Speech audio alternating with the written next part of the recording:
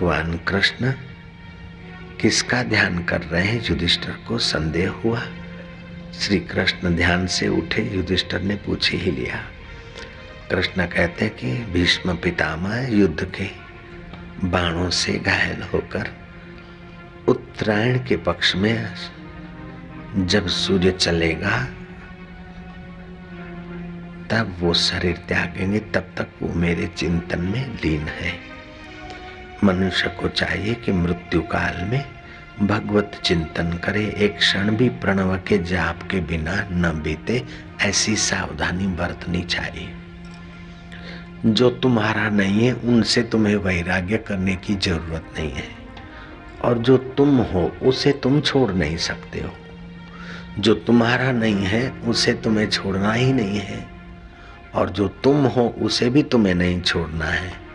लेकिन मन ने जिसको बेवकूफ़ी से मेरा मान लिया है, केवल उतनी ही बेवकूफ़ी हटानी है। जो तुम्हारा नहीं है उसे तुम क्या छोड़ोगे, वो तो छूटा छूटाया। दुनिया में 500 करोड़ आदमी है, 499 करोड़ 99 लाख 99 हजार आदमियों का आपको कोई फिक्र चिंता नहीं है। जब इतने लोगों की चिंता आप छोड़ बैठे हैं तो बाकी तुम्हारे 1000 आदमियों की चिंता, और 1000 में भी तुम्हारी चिंता नहीं है, केवल बेटा बेटी पति पत्नी उतने भर की चिंता है। तो जब 500 करोड़ में तुम्हारी त्याग या आसक्ति नहीं है तो खाली 4-5 में से ही आसक्ति हटाना है। जयराम जी की दुनिया के लाखों मकानों में तुम्हारी आसक्ति नहीं, चाहे कोई बनो बिगड़ो टूटो, तो खाली 1-2 मकान से ही आसक्ति हटाना है। जयराम जी की जब इतनी आसक्ति तुम देखते हो सारा जगत और आसक्ति हटा बैठे हो, तो बाकी जरा सी आसक्ति हटाकर अपने आत्मा में आ जाने में तुम्हारे बाप का क्या बिगड़ता है। जयराम जी की थोड़ी सावधानी बरतो बस। युधिष्ठिर चलो भीष्म पितामह के पास ज्ञान प्राप्ति के लिए।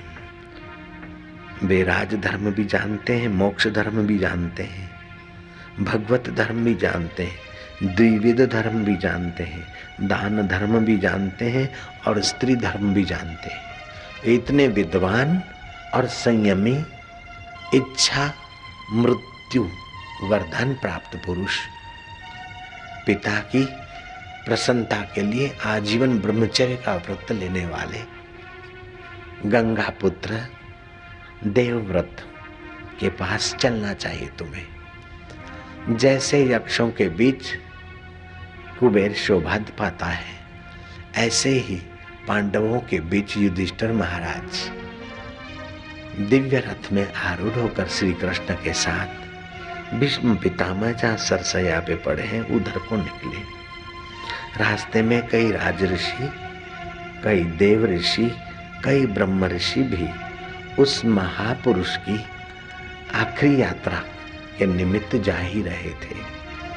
उनसे मिलने को परशुराम जी भी जा रहे थे, वशिष्ठ महाराज भी, अस्ति ऋषि और गौतम अपने शिष्यों सहित जा रहे थे, अत्रि ऋषि और विश्वामित्र महाराज जैसे पुरुष भी जा रहे थे, और विरक्त शिरोमणि सुखदेव जी महाराज भी वहां जा रहे थे। कश्यप ऋषि अपने शिष्य मंडली सहित जा रहे थे। जहां युधिष्ठिर राजा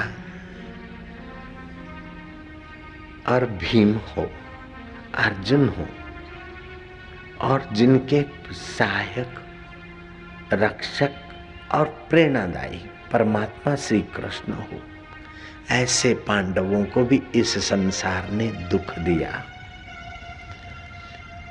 सारे के सारे दुखी मन से जा रहे हैं कि हमारे द्वारा भीष्म पितामह की ये हालत हुई। जिनकी गोद में हम खेले थे उन्हीं को काल चक्र ने बाणों से सरसैया पर गिरवा दिया। भगवान की नीति जानी नहीं जाती है। जब ऋषि मुनि आ रहे थे तो देश को, काल को, कर्म को, क्रिया को ठीक से जानने वाले महात्मा भीष्म ने किसी का नेत्रों के द्वारा तो किसी का वचनों के द्वारा, किसी का स्मित के द्वारा तो किसी का किसी संकेत के द्वारा स्वागत किया। पांडवों का भी भीष्म पितामह ने वचनों से स्वागत किया और कृष्ण का भी स्वागत किया कि प्रभु तुम तो अब कहाँ बैठोगे, आओ मेरे दिल में ही बैठ जाओ, मेरा आपको प्रणाम है।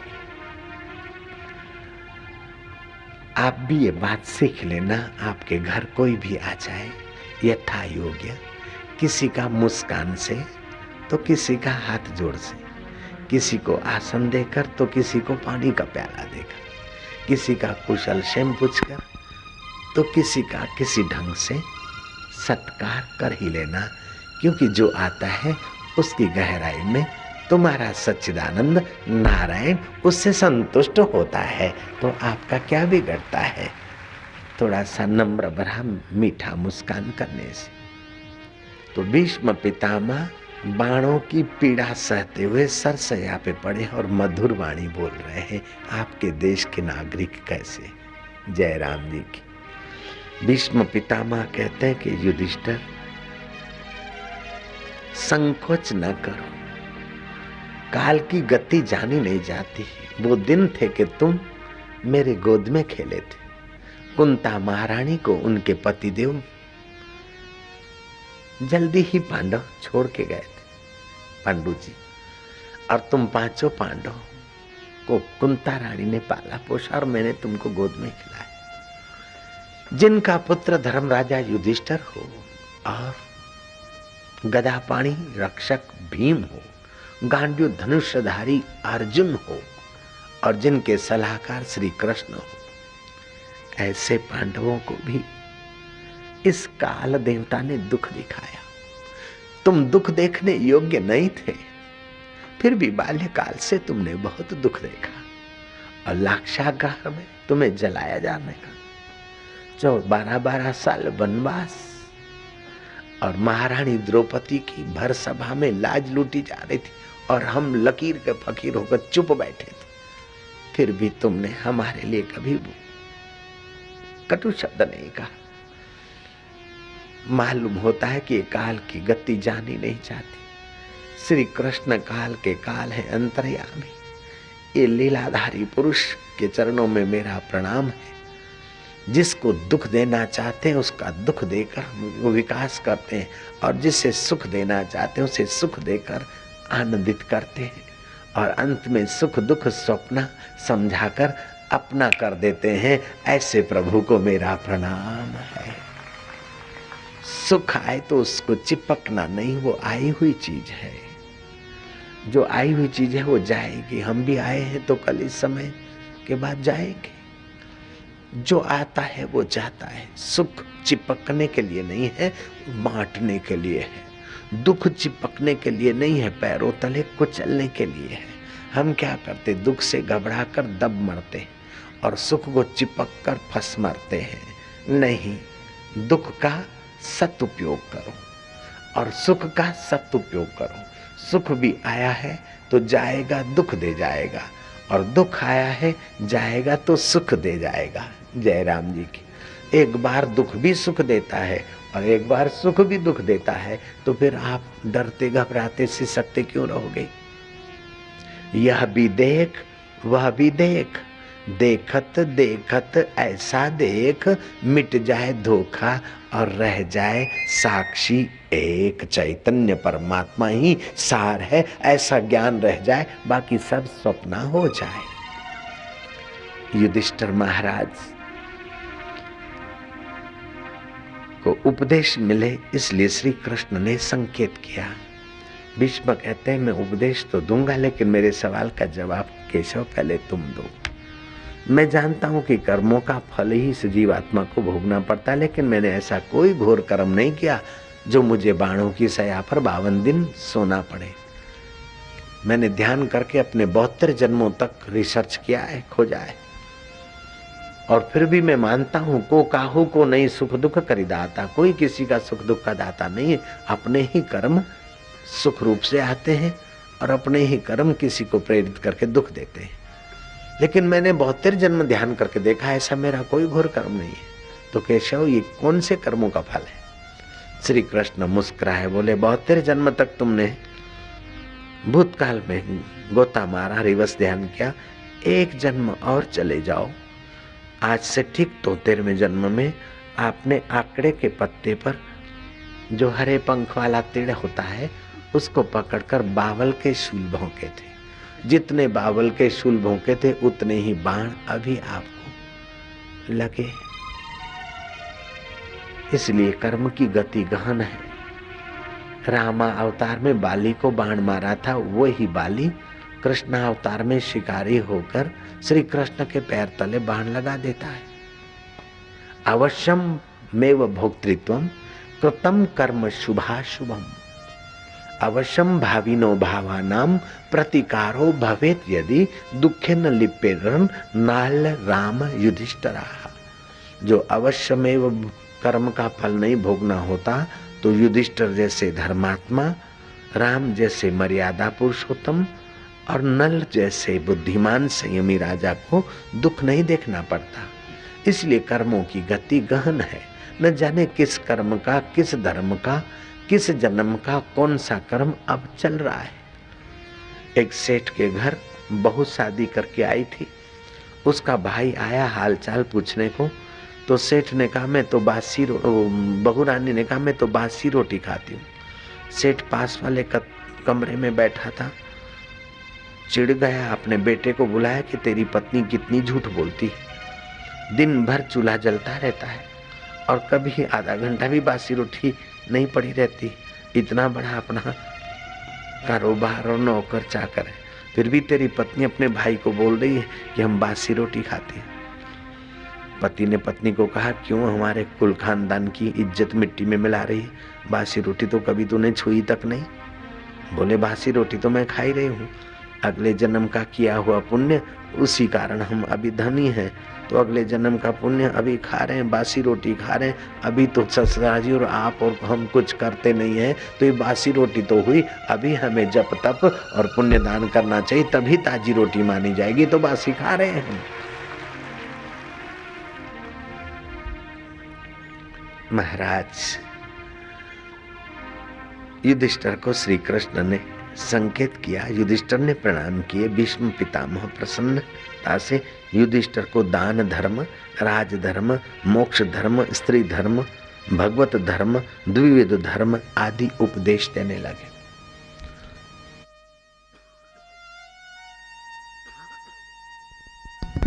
उपदेश देते देते एकाएक चुप हो गए। श्री कृष्ण को कहा कि हे केशव, आज तक तो तुमने भक्तों को प्रतीक्षा कराई है, लेकिन आज ये बूढ़ा भक्त तुम्हें प्रतीक्षा कराएगा। अब मेरा महाप्रयाण का समय हुआ है, अब मैं ये शरीर छोड़ूंगा। ऐसा नहीं कह रहे कि हाय रे मैं मर जाऊंगा, कृष्ण तुम बचाओ, नहीं। कोई किसी को कब तक बचाएगा? अनित्यानि शरीराणि वैभवो नैव शाश्वतः नित्य सन्निहितो मृत्यु कर्तव्यो धर्म संग्रह। शरीर अनित्य है, वैभव शाश्वत नहीं है और नित्य मौत की तरफ नजीक जा रहे हैं। कर्तव्य है कि धर्म का संग्रह कर ले, कर्तव्य है ज्ञान को पचा ले, कर्तव्य है कि अपने आत्मा श्री हरि प्रणव का उच्चारण की आदत डाल दे। हे केशव, मेरा तुम्हारे चरणों में प्रणाम है और अब तुम मुझे वचन दो कि जब तक मेरा श्वास महाविराट श्वास में नहीं मिलता तब तक तुम यहीं खड़े रहोगे। उदास होकर नहीं, गंभीर होकर नहीं, मंद मंद मुस्कुराते रहियो। दुपट्टा पीतांबर फरकता रहे और होठों पर स्मित बरसता रहे और इधर उधर नहीं देखोगे, मुझ बूढ़े भक्त के तरफ नजर बरसती रहे। हे केशव, आत्म रूप से तो तुम हमारी दिल की धड़कनें चला रहे हो, चैतन्य हो, व्यापक हो, आकाश की नहीं सूक्ष्मतम हो। लेकिन देवकी नंदन नंद गोप कुमार इस साकार विग्रह का भी मेरी आंखें दीदार करती रहे, ये मुझे वचन दो। मुस्कान और मौन सुकृति की निशानी है। भीष्म कहने लगे कि केशव, मुझे वो दिन भी याद है कि यशोदा माँ ने ओखली से तुम्हें बांधा था और नलकुबर का उद्धार करने के लिए वृक्षों को तुमने स्पर्श करके उनकी सद्गति कर दी थी।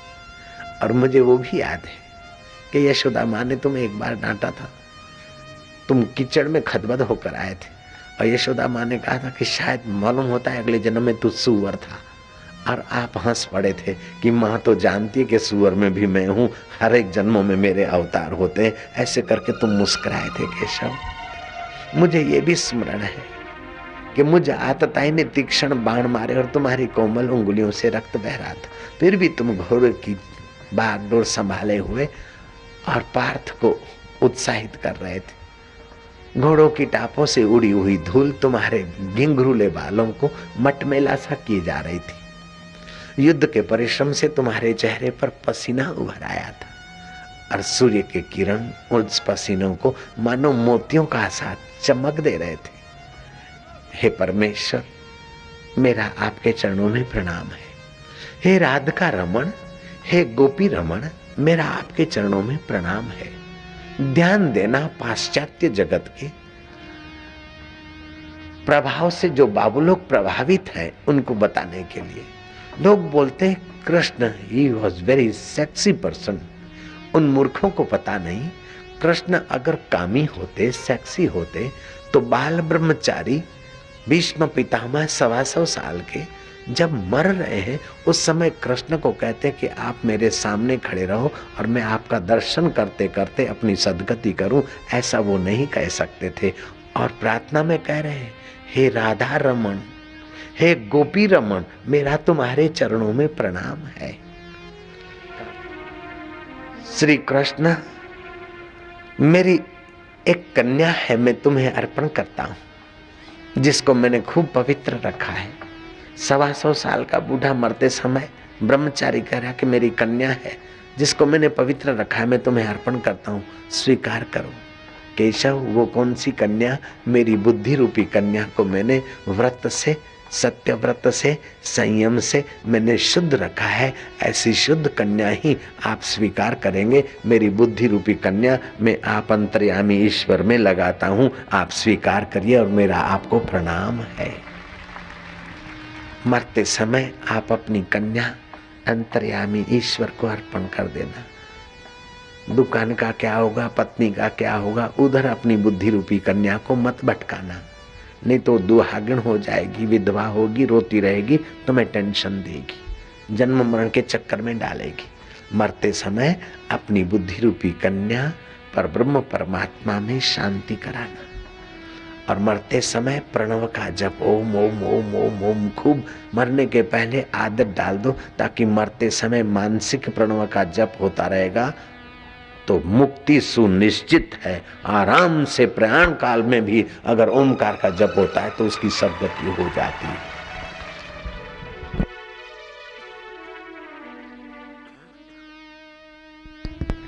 भीष्म पितामह ने देश काल परिस्थिति का बड़ा सावधानी से उपयोग किया। जब देखा कि अब श्वास आखिरी आ रहे हैं, अपने इंद्रियों को मन में लगा दिया, मन को बुद्धि में लगा दिया और बुद्धि को साक्षी स्वरूप सच्चिदानंद कृष्ण में शांत करके ओम सदा के लिए आंखें बंद कर दी और प्राण शक्ति खींची। जो प्राण शक्ति खींची तो जहां बाण लगे थे वो निकलकर धरती पर गिरने लगे। जैसे कोई साधारण आदमी मरकर धरती पर लेट जाता है, ऐसे भीष्म पितामह का बाण निकल गए और शरीर धरती पर लेट गया। बाणों से जो घाव पड़े थे वो घाव भी प्राण शक्ति के संकल्प बल की उपासना से वो घाव भी भर गए, ऐसा वर्णन आता है। देवताओं ने साधुवाद दिया, ऋषि मुनियों ने श्रद्धांजलि अर्पण की, पांडवों ने श्री कृष्ण के प्रेरणा से भीष्म पितामह के शरीर की अंतिम क्रिया की। बाद में कृष्ण सहित पांडव हस्तिनापुर आए। कृष्ण कुछ समय हस्तिनापुर रहे। श्री कृष्ण जब द्वारका जाने को निकले तो युधिष्ठिर ने कई अंगरक्षक सेना के जवान श्री कृष्ण के साथ भेजे कि रास्ते में कोई दुष्ट राजा श्री कृष्ण के साथ गड़बड़ी न करे। हालांकि कृष्ण तो परात्पर ब्रह्म थे, फिर भी व्यवहारिक दृष्टि से युधिष्ठिर ने श्री कृष्ण के साथ कई अंगरक्षक भेजे। श्री कृष्ण जब द्वारका के करीब पहुंचे तो अपना दूत भेज दिया। लोग इंतजार कर रहे थे, उनका हृदय खिला। श्री कृष्ण का अभिवादन करने के लिए कोई पुष्पों की माला तो कोई चीज तो कोई तोहफा लेकर खड़े रहे। कृष्ण ने किसी का चीज स्वीकार किया, दूसरे को दिया प्रसाद रूप में, तो किसी का तोहफा लिया और उसी को दिया, तो किसी का थोड़ा स्वीकार किया। ऐसे करते किसी को हास्य, किसी को मधुर मुस्कान, तो किसी को हाथ का संकेत, तो किसी को वचनों की मीठी मधुरता देते श्री कृष्ण द्वारका में प्रविष्ट हुए। वहां श्री कृष्ण ने अपना शंख बजाया। स्त्रियां जो इंतजार करके चातक की नाई निहार रही थी, वो झरोखों में आ खड़ी रही। श्री कृष्ण स्त्रियों के महल में नहीं गए, अपने माता पिता वसुदेव और देवकी के यहाँ गए और उनको प्रणाम किया। भगवान जैसे भगवान भी माता पिता को प्रणाम करते हैं, तो आज की 4 किताब पढ़ा हुआ अपने को पढ़ा लिखा माने और माँ बाप को अनपढ़ और गंवार माने तो कितनी नासमझी है। आप लोग ऐसी गलती नहीं करोगे। माता पिता चाहे अनपढ़ हो, फिर भी उनका आदर सत्कार करना पुत्र पुत्री का परम कर्तव्य है। ये भारतीय संस्कृति है, पाश्चात्य कल्चर का कचरा से हम प्रभावित न हो।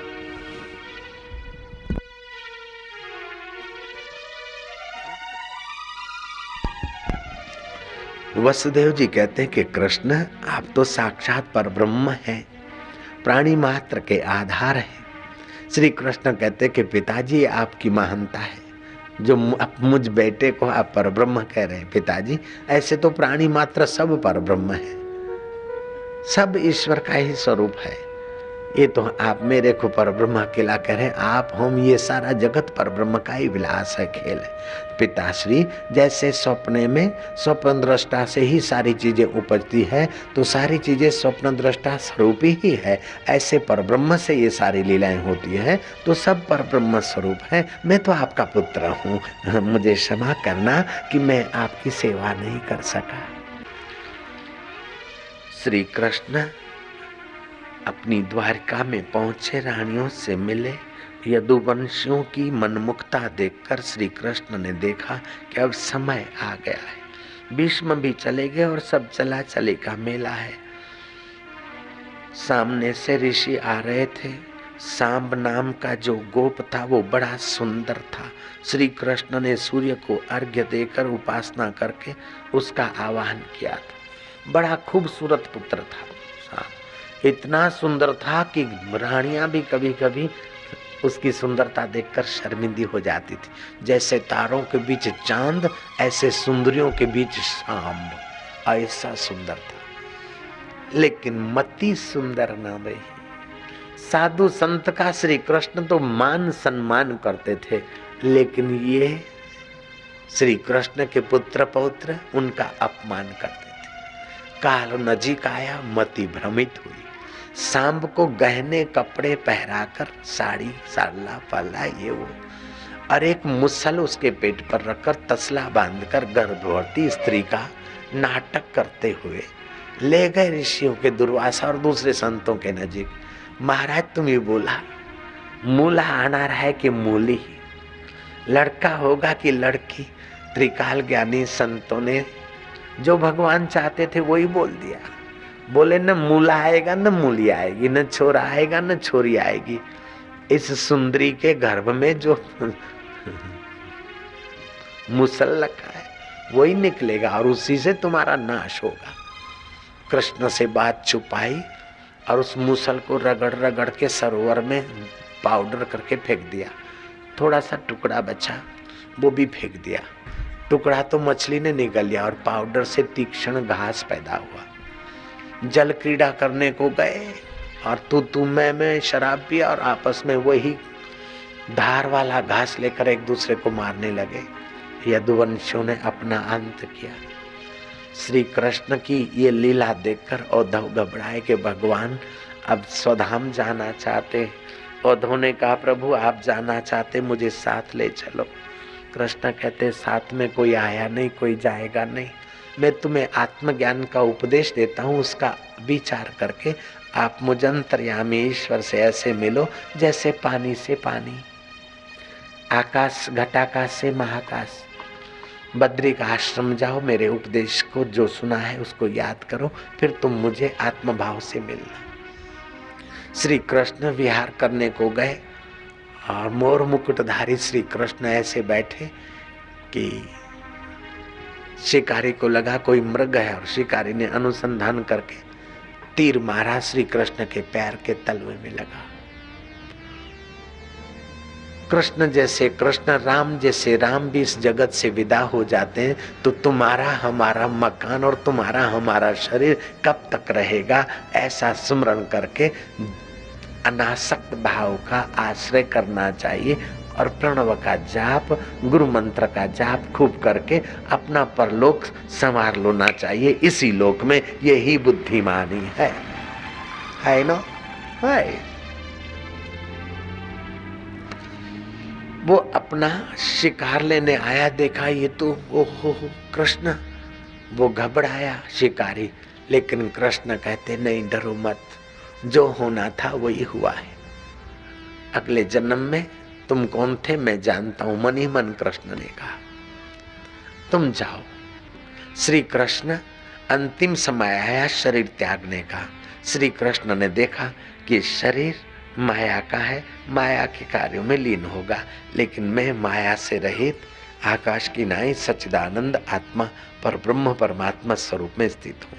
श्री कृष्ण ने अपनी बाहर की वृत्ति अंतर्मुख की, इंद्रियों को मन में, मन को बुद्धि में और बुद्धि को अपने बुद्धिदाता साक्षी सोहम स्वरूप में लगाकर श्री कृष्ण अपने कृष्ण व्यापक स्वरूप में लीन हुए। यहाँ तीर्थ यात्रा करने गए विदुर जी, वो घूमते घामते आए और सारी खबर उनको मालूम हुई। हस्तिनापुरी पहुंचे,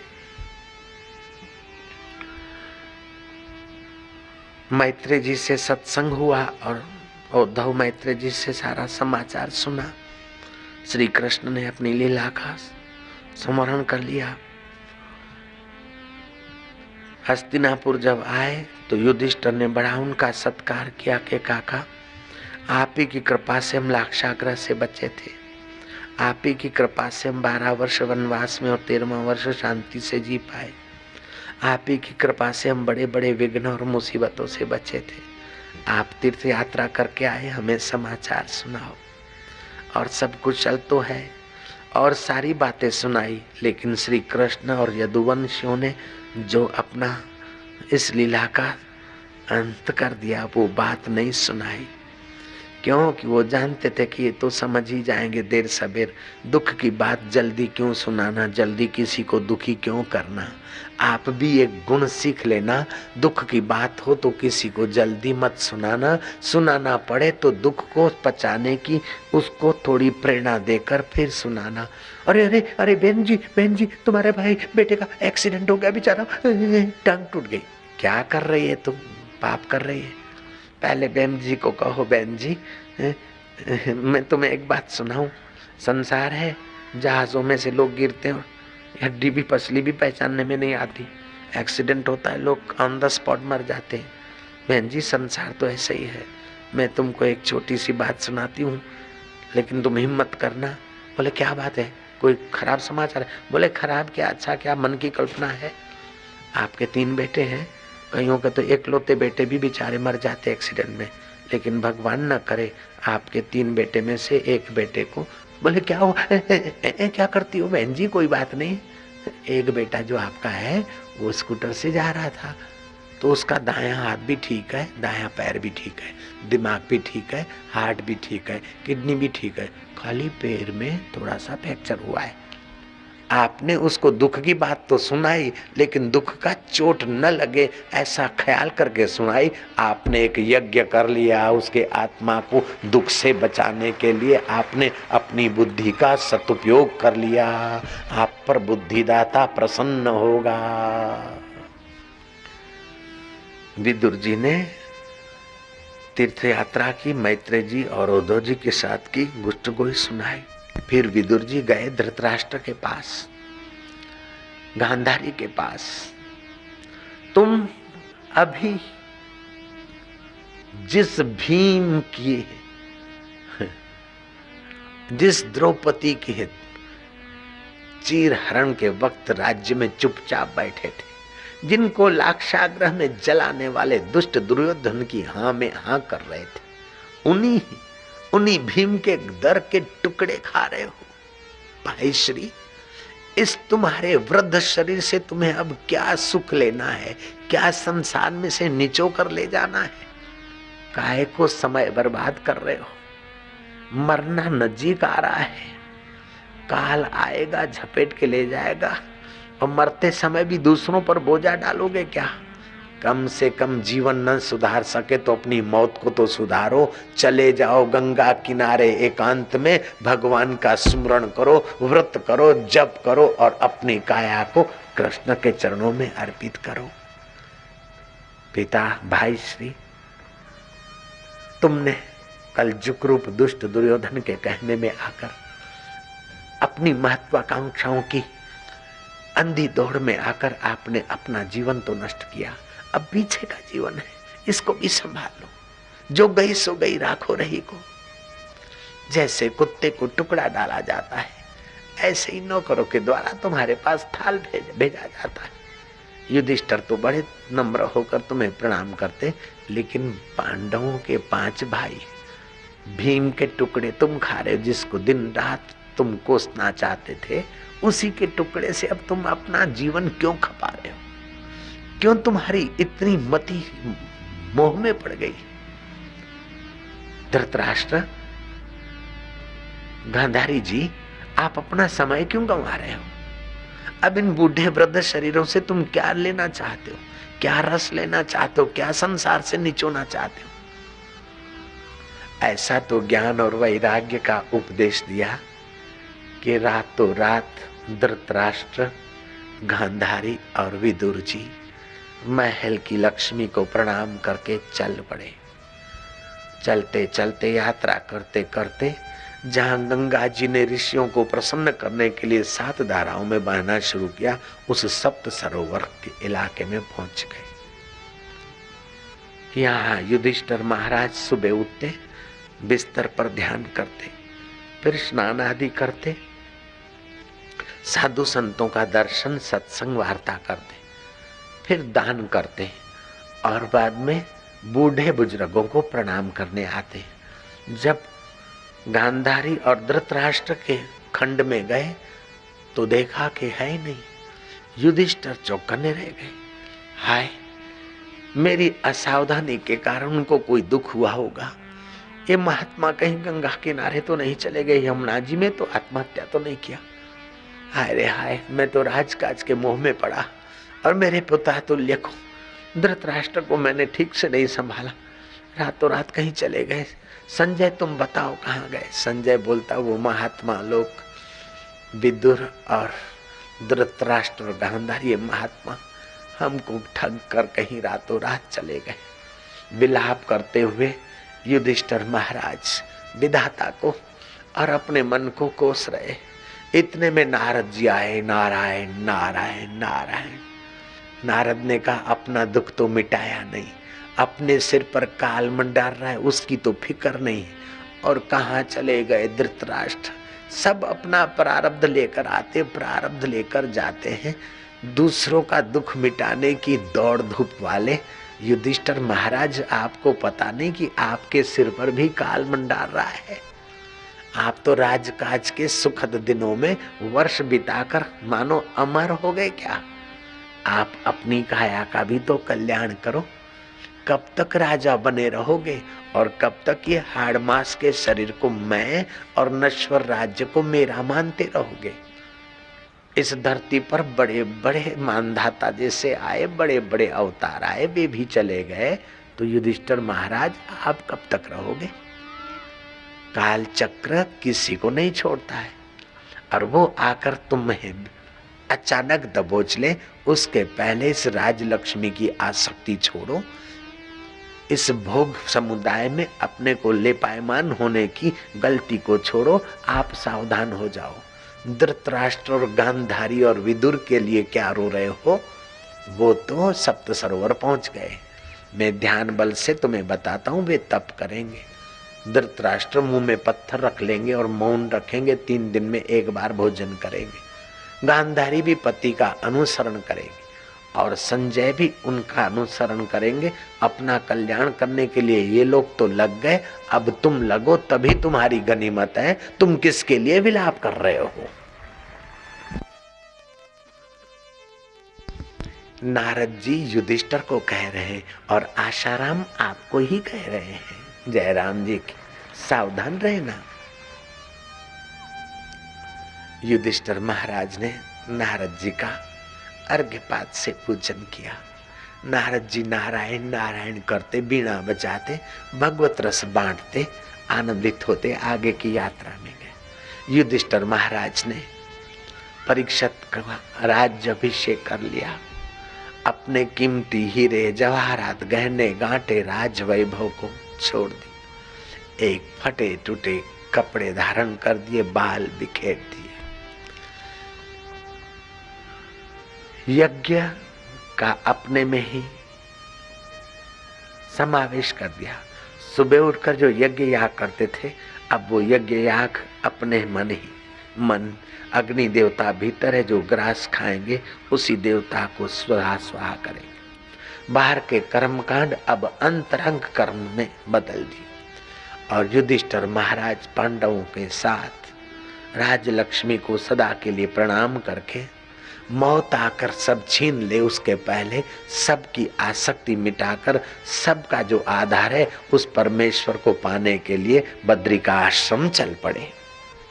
युधिष्ठिर महाराज बीच में जहां भी आराम करते हैं तो सोचते हैं कि शरीर मैं नहीं हूं और शरीर मेरा नहीं और राज्य भी मेरा नहीं, ये तो सपने में जैसे एकत्रित हुआ और बिखरा ऐसा ही। लेकिन शरीर को देखने चलाने वाला और मन के दुख सुख को देखने वाला साक्षी चैतन्य मैं हूं।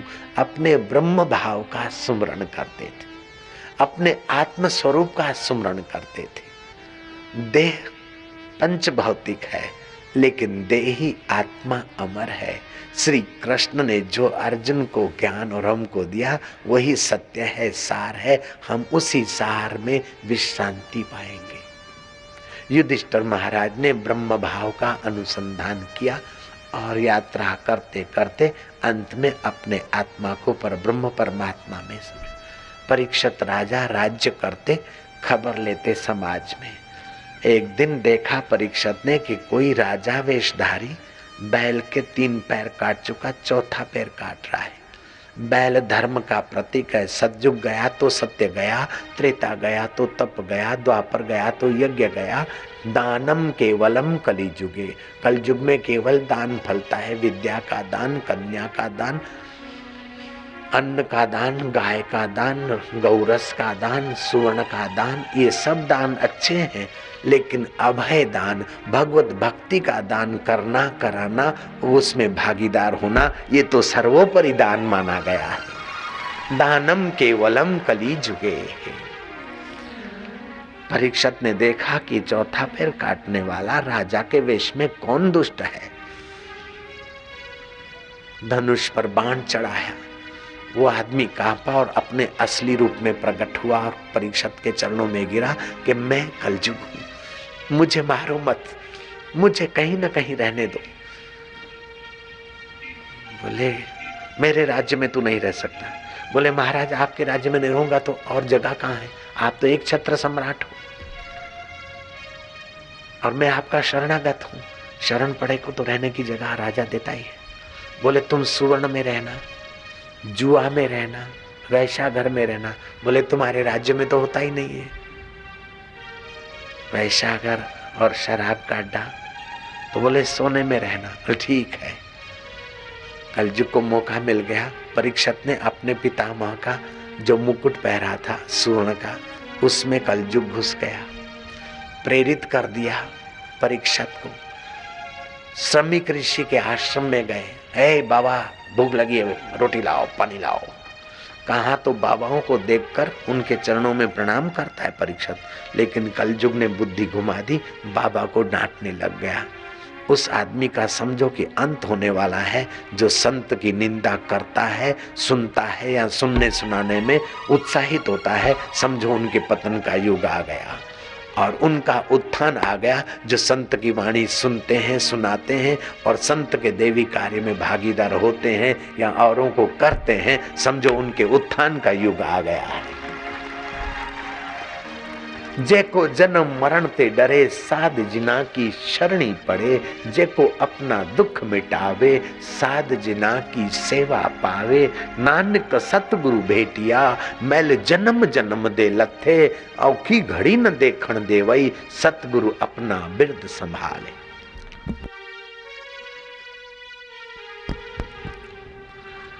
श्रमिक ऋषि को समाधिस्थ देखकर राजा परीक्षित बौखला गए। मरा हुआ सांप उठाकर उनके गले में डाल दिया कि तू साधु नहीं, ढोंगी है। राजा आया और सत्कार नहीं करता, आंखें मूंद के बैठा है। अंट संट बोल के रवाना हुए। श्रमिक ऋषि के पुत्र श्रृंगी ऋषि आए। देखा कि मेरे पिता के गले में सांप डालकर तबड़ाक तबड़ाक घोड़ा भागा कर जा रहा है। राजा का बच्चा समझता क्या है? राजा प्रजा का पालक, साधु संतों का सेवक, और ये साधु संतों का अपमान करने वाला दुष्ट राजा। इसको मैं श्राप देता हूं कि साधारण सांप मेरे पिता के गले में डाला, लेकिन तक्षक महाभयंकर सांप 7वें दिन राजा को काटेगा।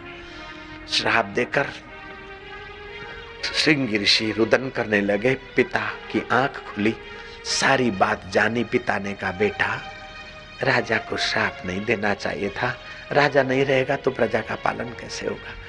अब जाओ उनको बता दो कि श्राप हो गया है, अपनी मौत के पहले कुछ अपना कल्याण कर ले। राजा ने जब सुना तो ऋषि पर नाराज नहीं हुए, लेकिन मौत आकर गला दबोच लेगी उसके पहले जन्मेजय को राज्य दे दिया और खुद राज्यपाट छोड़कर गंगा किनारे हस्तिनापुर अर्थात दिल्ली से चलकर मुजफ्फरनगर के आगे शुक्रताल जिसको बोलते आजकल, वहां राजा जाकर व्रत रखकर बैठ गया कि मेरी काया का कल्याण कराने वाला कोई संत महापुरुष पधारे। कई ऋषि आए, मुनि आए, जति आए, जोगी आए और सारे पुण्यों का फल मानो परिपक्व हुआ है परीक्षित का। शुकदेव जी महाराज उस अदृश्य की प्रेरणा से वहां आए। शुकदेव जी को देखकर और साधु संत उठ खड़े हुए। राजा परीक्षित ने उनका सत्कार किया। सोने के सिंहासन पर शुकदेव जी महाराज को आसीन किया और राजा परीक्षित ने अर्घ्यपात से पूजन किया। राजा परीक्षित हाथ जोड़कर कहता है कि भो भगवान प्रभु, ऐसा कोई उपाय हो कि 7 दिन में मरने वाला मनुष्य मरने से पहले अमर पद पाले। जिसकी मृत्यु निकट हो उसको क्या करना चाहिए और मनुष्य को अपने जीवन काल में क्या करना चाहिए? मनुष्य का कल्याण किसमें है और जगत में सार क्या है? इस प्रकार के सुंदर प्रश्न परीक्षित ने पूछे। शुकदेव जी महाराज ने अभिवादन किया कि तुम्हारे प्रश्न ज्ञान संयुक्त है। राजन, मनुष्य का जीवन काल में कर्तव्य है कि अपने भगवान के विषय में सुने। भगवान क्या है, आत्मा क्या है, परमात्मा क्या है, मुक्ति क्या है, इस प्रकार का सुने। भगवान के नाम का जप करे, भगवान का ध्यान करे। तस्मात् सर्व आत्मनः राजन हरि अभिधीयते श्रोतव्य कीर्तितव्यस्य सुमृतव्यो भगवत नृणाम। सर्वकाल श्री हरि का सुमरण, उसका चिंतन, उसका ज्ञान और ध्यान बढ़ाता रहे। काल कब गला दबोच ले, सारी चीजें कब छूट जाए, उसके पहले अछूत ईश्वर का ज्ञान ध्यान बढ़ाकर अपनी सद्गति का सामान पक्का कर दे। यही मनुष्य का जीवन काल में कर्तव्य है। और मरते समय भी खूब प्रणव का, ओमकार का मानसिक जप करे। एक क्षण भी मरते समय जप से विमुख न हो, वह बुद्धिमान मनुष्य है। उसको फिर चंद्रमा के किरणों के द्वारा अन्न में, फल में गिरना नहीं पड़ेगा। और बाकी के जो निगुरे लोग हैं, मरते हैं, फिर नरक में जाकर चंद्रमा के किरणों के द्वारा आकर अन्न फल में, अथवा स्वर्ग वाले आकर भी अन्न फल में बैठते। अन्न फल सब्जी लोग खाते हैं, पुरुषों के शरीर में वीर्य बनकर स्त्री के गर्भदानी में जाते हैं। उन अभागे प्राणियों को गर्भ नहीं मिलता, पेशाब में बह जाते हैं, गटर में खिंच जाते हैं। ये बात तो नास्तिक को भी मानना पड़ेगा। ऐसे तमाम दुख निगुरे और भक्ति विमुख लोग भोगते रहते हैं। लेकिन बुद्धिमान मनुष्य का कर्तव्य है कि ऐसे नारकीय दुखों से बचने के लिए श्री हरि का सुमरण सतत करता रहे, हरि का ज्ञान बढ़ाता रहे और अपने को आत्मा और आत्मा को परमात्मा का अविभाज्य अंग मानकर सर्वकाल उसकी सुमूर्ति बनाए रखे। दुख में अति दुखी न हो और सुख में अति सुखी न हो। सुख सपना, दुख बुलबुला, दोनों है मेहमान, दोनों बीतन दीजिए जो भेजे भगवान। ऐसा समझकर श्री भगवान के रस में उसको रसमय होना चाहिए। इस प्रकार परीक्षित के प्रश्न पहले स्कंद में और उत्तर जब चला तो श्रीमद् भागवत का दूसरा स्कंद आरंभ हुआ। परीक्षित राजा ने कथा सुनते सुनते अपने चित्त में शांति पाई। 5वां दिन हो गया। शुकदेव जी महाराज ने कहा, राजन तुमको भूख और प्यास लगी होगी, जाओ फल जल ग्रहण करो। तब परीक्षित कहता है कि महाराज, जिस अभागी भूख ने ऋषि का अपमान कराने का घोर पातक करा दिया, आपके वचन रूप अमृत रूपी वचन सुनकर वो मेरी भूख और प्यास कहाँ चली गई मुझे पता नहीं। आप श्री कृष्ण की मधुर कथा और कहते जाओ महाराज, मुझे उसी से तृप्ति मिल गई है। हरि ओम।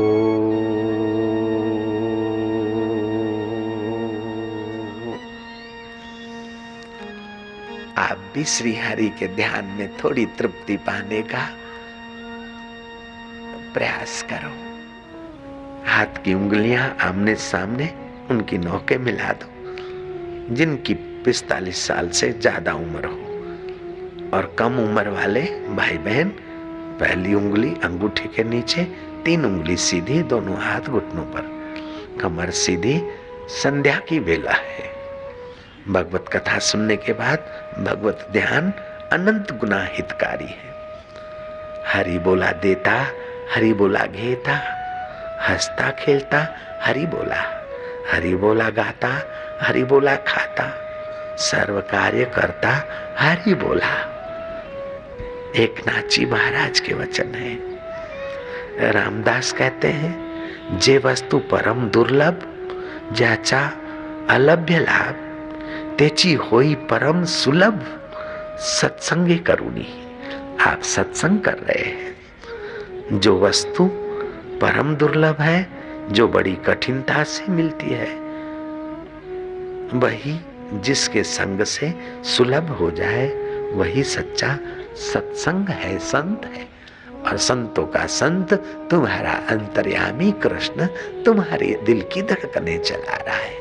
आप उसी में शांत हो रहा हूं, ऐसी भावना कीजिए।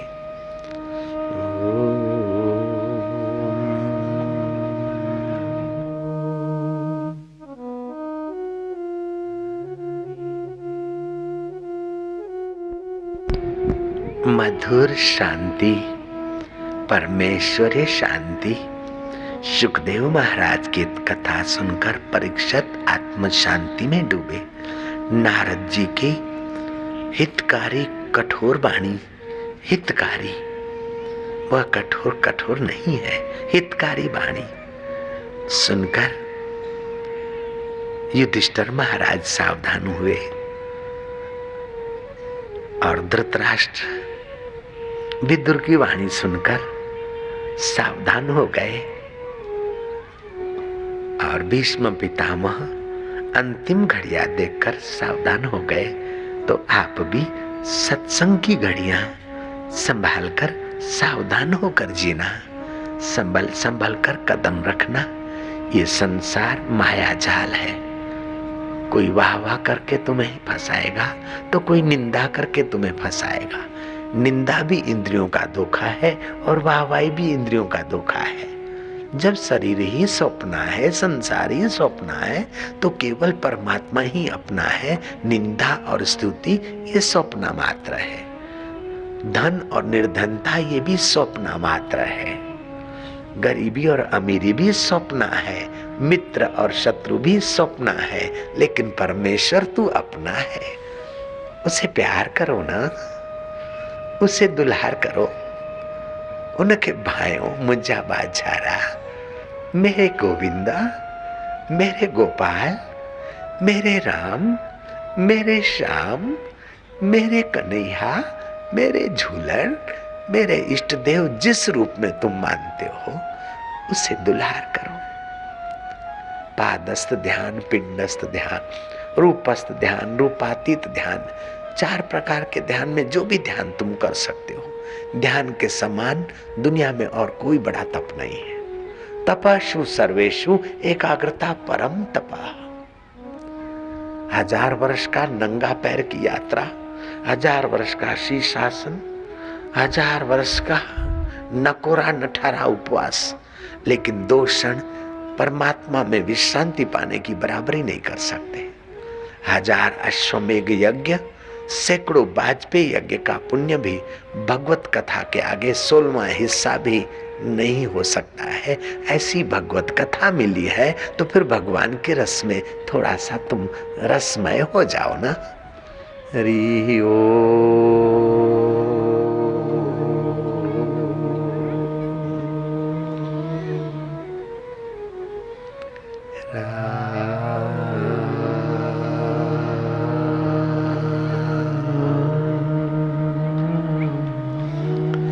दुनिया के बड़े बड़े उद्योग, बड़े बड़े कल कारखाने की अपेक्षा 2 क्षण भगवान में डूबना अनंत गुना हितकारी है।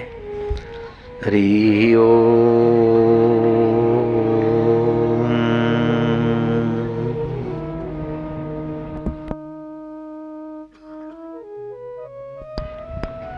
जन्म जन्म भर मत फिर्यो, मिट्यो न मन को त्रास।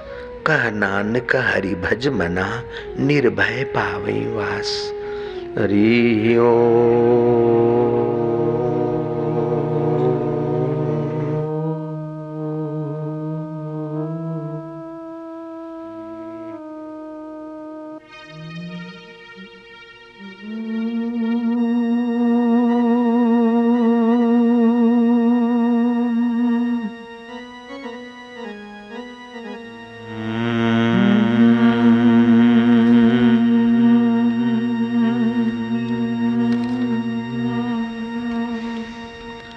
संत सुंदरदास ने कहा, सुंदर सतगुरु है सही। संत सुंदरदास लिखते हैं, सुंदर सतगुरु है सही, सुंदर शिक्षा दीन, सुंदर वचन सुनाए के, सुंदर सुंदर की। मेरा हृदय सुंदर सुंदर कर दिया। हृदयेश्वर में, परमात्मा में मेरा हृदय पावन कर दिया है। ऐसी सुंदर भगवत कथा सुनाई। नानक जी कहते हैं, जागो रे जिन जागना, अब जागन की बार। जागो रे जिन जागना, अब जागन की बार। फिर क्या जागे नानका, जब सोए पांव पसार। कुटुंबी तुम्हारे शब को हिलाएंगे, पापा भैया पति, लेकिन तुम आंख खोल नहीं पाओगे। ऐसा दिन शरीर का आएगा, मौत आकर तुम्हारी आंख सदा के लिए बंद कर ले। उसके पहले तुम प्रियतम के प्यार में आंख बंद करके गोता मार लिया करो तो कितना अच्छा होगा।